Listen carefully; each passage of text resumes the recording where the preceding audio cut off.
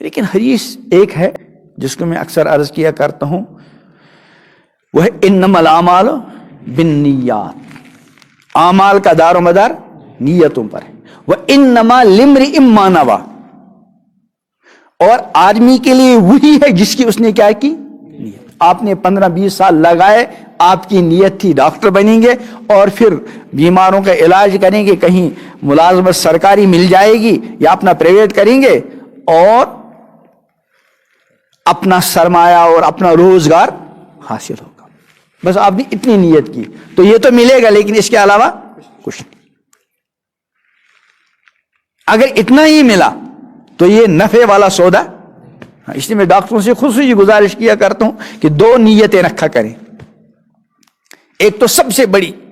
نیت ہے وہ یہ کہ اللہ تعالیٰ کی جو قدرت،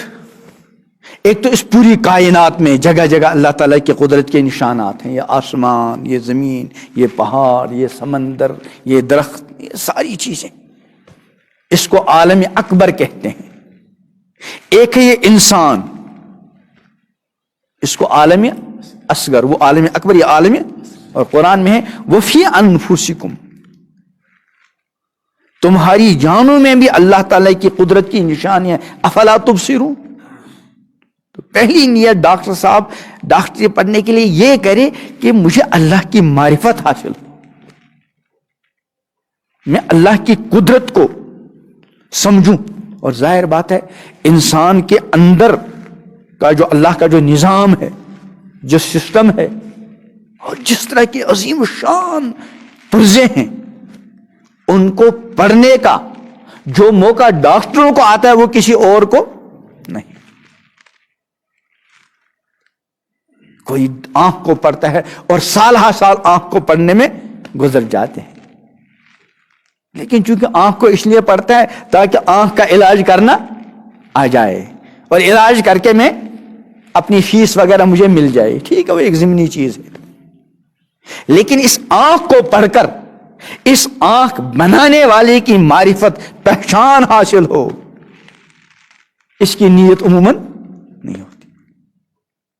حالانکہ اگر اس نیت سے یہ آنکھ کو پڑھتا، اس نیت سے یہ کان کو پڑھتا، اس نیت سے یہ گلے کو پڑھتا، اس نیت کے ساتھ یہ معدے کو پڑھتا، اس نیت کے ساتھ یہ گردوں کو پڑھتا، اس نیت کے ساتھ یہ ہڈیوں کو پڑھتا، اس نیت کے ساتھ یہ اس کھال کو پڑھتا،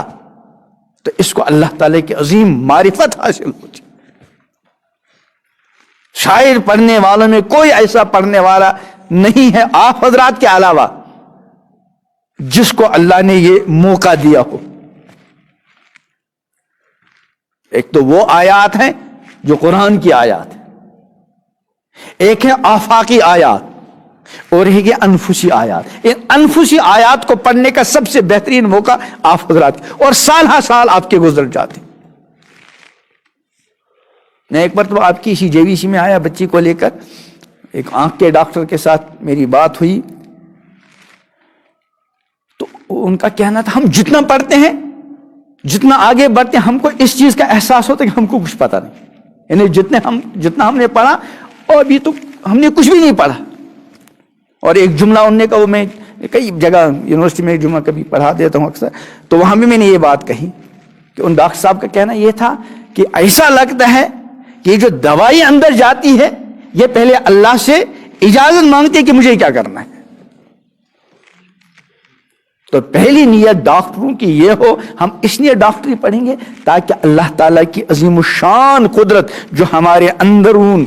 کار فرما ہے اس کو سمجھنے کا موقع مل جائے گا، چونکہ حدیث میں وہ انما انسان کے لیے بس وہ ہے جس کی اس نے کیا کی، نیت کی۔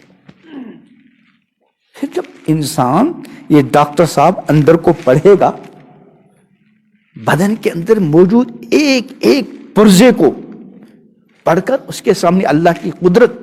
اللہ کی طاقت آ جائے گی، پھر وہ اللہ تعالیٰ کے حکم سے روگردانی نہیں کرے گا۔ تو پہلی نیت یہ ہو، اور دوسری نیت کیا ہو کہ اللہ تعالیٰ کی مخلوق کی خدمت کا موقع مل جائے۔ اور ظاہر بات ہے اللہ تعالیٰ کی مخلوق کی خدمت کرنے کے بہت سارے طریقے، کوئی مکانات بنا رہا ہے، کوئی دوسروں کے کھانے پینے کا انتظام کر رہا ہے، کوئی کچھ لیکن جو موقع آپ حضرات کو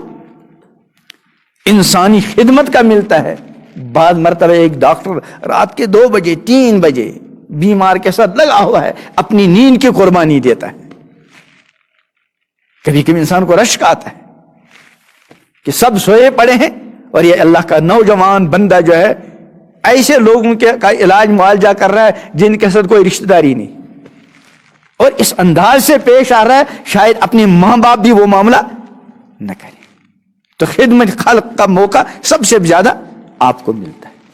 تو ڈاکٹری پڑھ لیجئے اس لیے تاکہ اللہ کی معرفت حاصل ہو، ڈاکٹری اس لیے پڑھ لیجئے تاکہ اللہ تعالیٰ کی مخلوق اور خصوصاً انسانیت اور انسانوں کی بلا واسطہ خدمت کا کیا ملے،